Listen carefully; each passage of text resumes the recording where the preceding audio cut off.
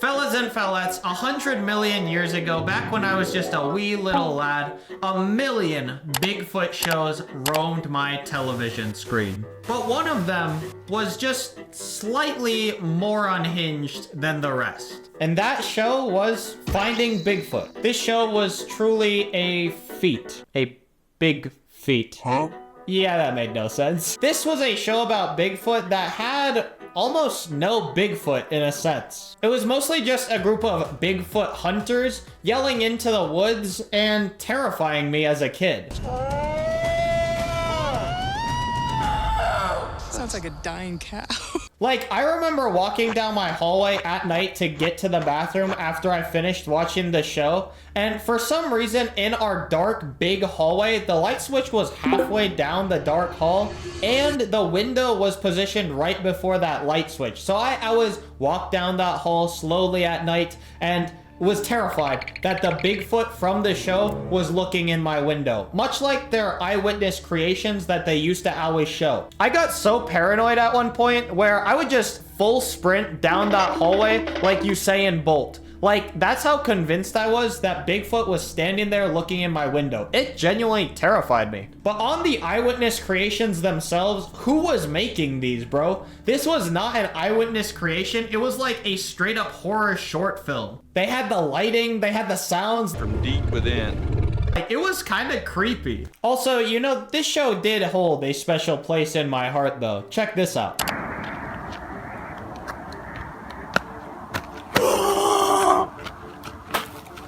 I mean, I even did my own Bigfoot impression when I was a kid. That's how infatuated with the show I was. Peak cinema right there. But here's the thing. Despite never finding Bigfoot in this show somehow lasted 9 seasons and over 100 episodes. So what made it so addicting and why did it eventually collapse? Let's find out. So Finding Bigfoot aired in 2011 on Animal Planet when cable TV was still kind of holding on by strings. But this show quickly became their biggest hit. Each episode basically followed the exact same format. The team would show up to a new location, they'd interview locals about their sightings, they'd then end up recreating those scary moments. Then they'd go out into the woods at night and camp there looking for Bigfoot. And I'll tell you, they had just enough night vision that you actually thought that they might find something. Spoiler alert though, they never did.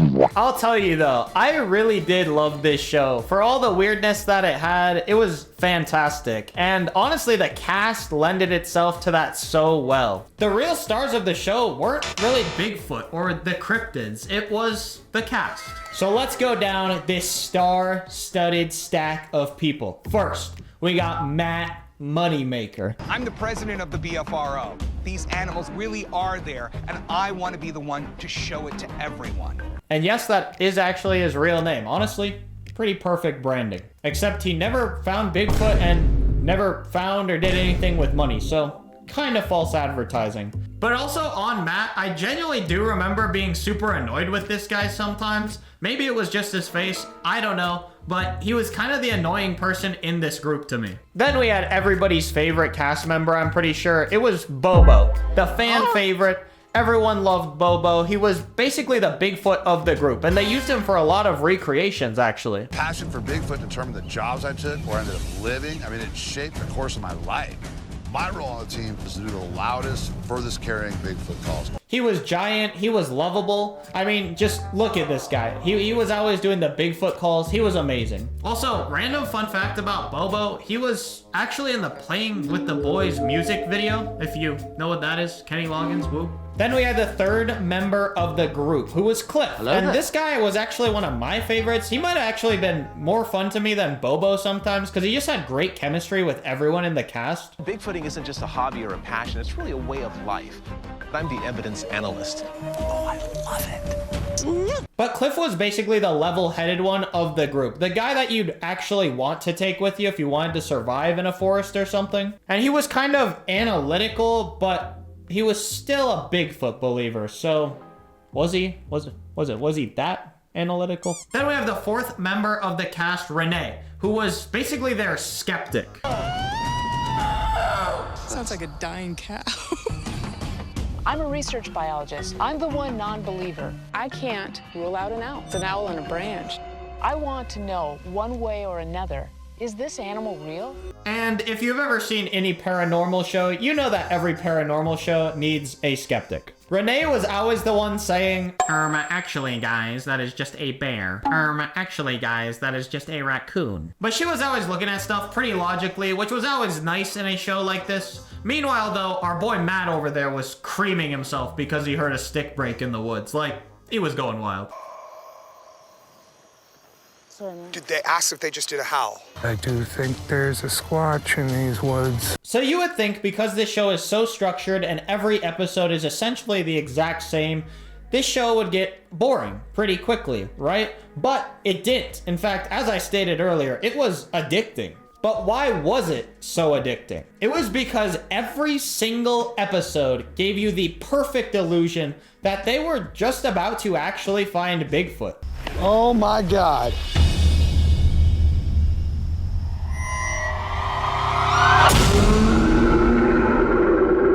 And their ads for the episodes did just the same to get you that hooked. I know for a fact they've got the evidence. It's gonna come out soon.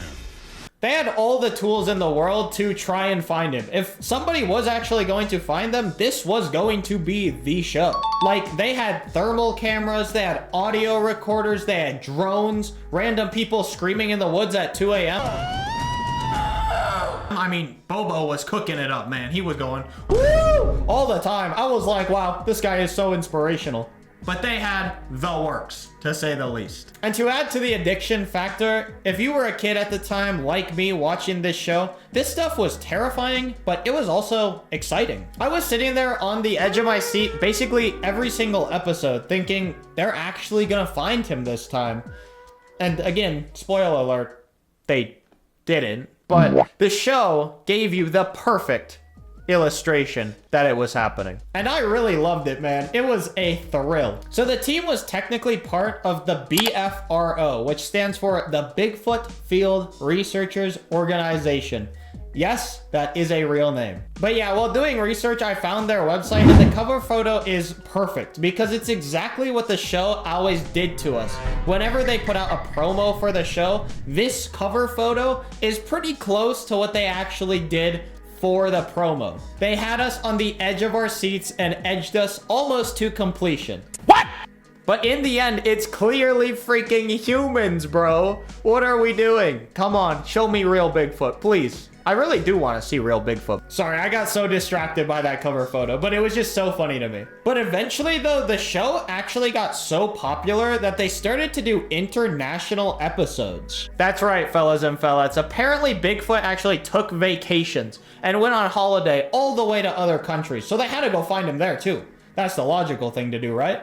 But they went to places like Australia to look for the Yowie. They went to the Himalayas for the Yeti. It was Finding Bigfoot World Tour Edition. Still didn't find him though. So let's actually break down a typical episode of this show. So step one, they drive to a place that they believe has a lot of Bigfoot sightings and they organize a meeting. The team and I have traveled across the country to rural northern Georgia for one reason only, to determine if Bigfoots exist in this lush region of the country. And this meeting is essentially with locals that believe they saw Bigfoot, believe they have sightings, heard calls, saw footprints. So we decided to head up the road to the Bavarian-inspired town of Helen, Georgia, to meet with local witnesses and see what we could learn from them. We called this meeting today to hopefully talk to some witnesses. So I guess the first question to ask is, anybody here have a sighting? Anybody here have a witness or have any information? And some of these locals, bro, you can just tell are a little out there. Let's say that in the nicest way possible. But it's still super fun to hear what they all have to say. I actually saw one up close, within 15 feet of me. I just happened to look up and there it was, right there. I have these pictures that my husband took. They were out duck hunting.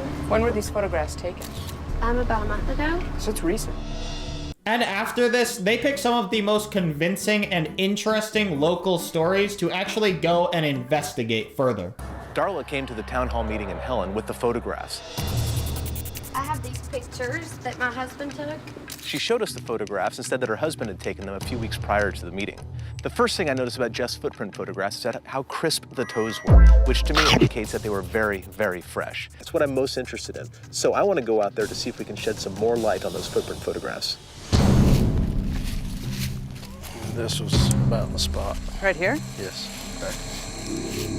We were walking in from this area, came up, saw the prints, and didn't really think much about it.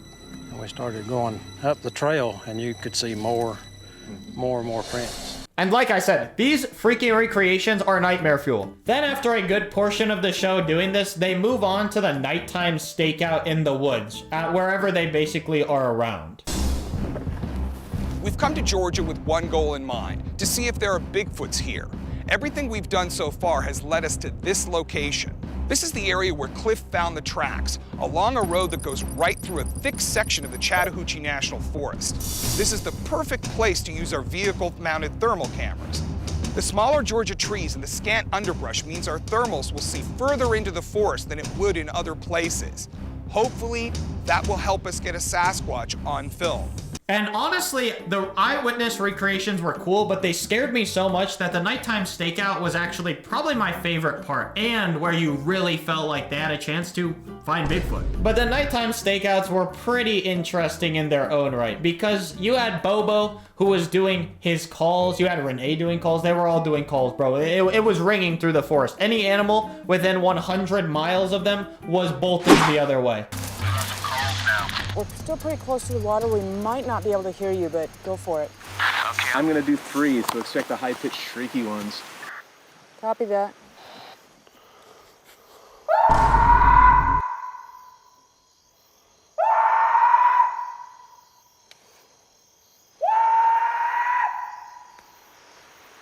You also had them hitting knocks on trees and stuff and all sorts of stuff like that. And for some reason, a lot of times you just hear like a sound after that. I really am so convinced that every time they'd knock, producers would just go knock back just for a little added drama. I know it was happening, bro. There's no way they're pulling the rug over my eyes like that. Absolutely no way.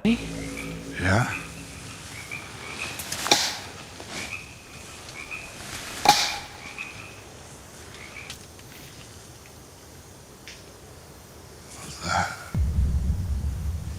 Do you hear movement in the brush? I did. Well, I mean, besides, I heard something further back make a noise. Because I felt like, honestly, it was like a 70% success rate on the knocks and stuff.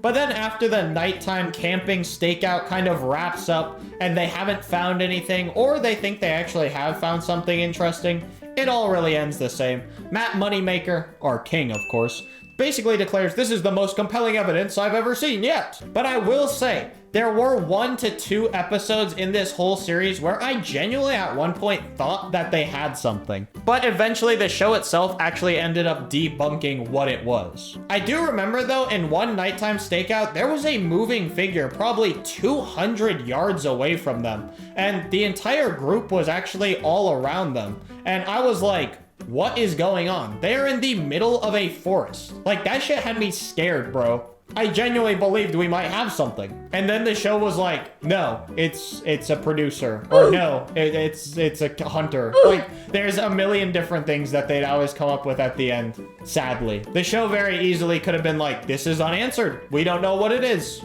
But at least they were honest, so I respect that. Which also, though, in a weird way, actually really validates the show a lot. It shows that they genuinely believe what they believe, and they wanted to see a real Bigfoot sighting and prove that he was real. But after all of the hoopla of a typical episode, they pack up their bags, the show airs, and nothing is ever found. And after that, I am traumatized. But that is basically the same formula every single time, and I ate it all up. So eventually, though, the magic ran out. A lot like a lot of all of these other shows from about the 2010s era. Storage Wars in my video is a great example of that. If you haven't seen that video, you should go check it out. It's a great video. But after 9 seasons, people started realizing that if Bigfoot was gonna actually show up, he probably would have by now. Ratings started dropping and Animal Planet just moved on from finding Bigfoot and our 4 lovable cast members. Yet what's super interesting about this is the book did not close when the show ended.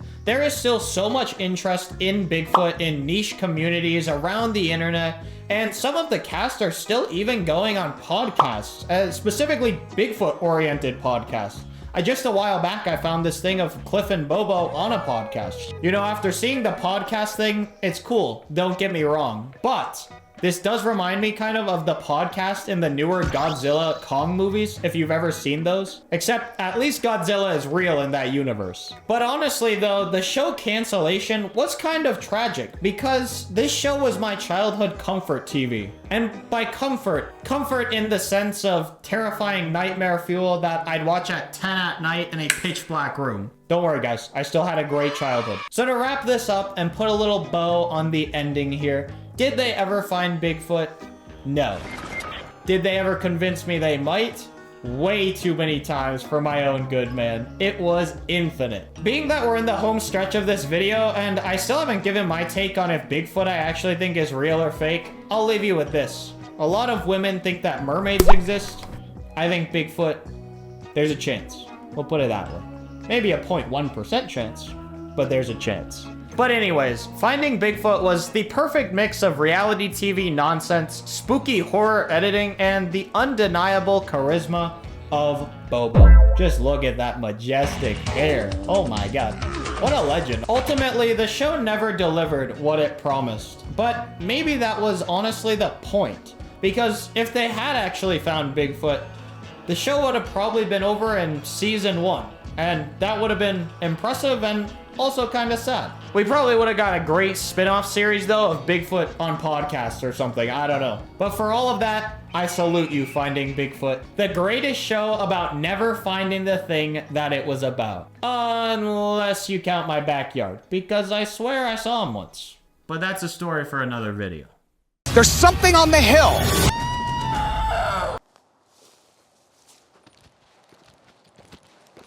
Ooh. You know, I was thinking.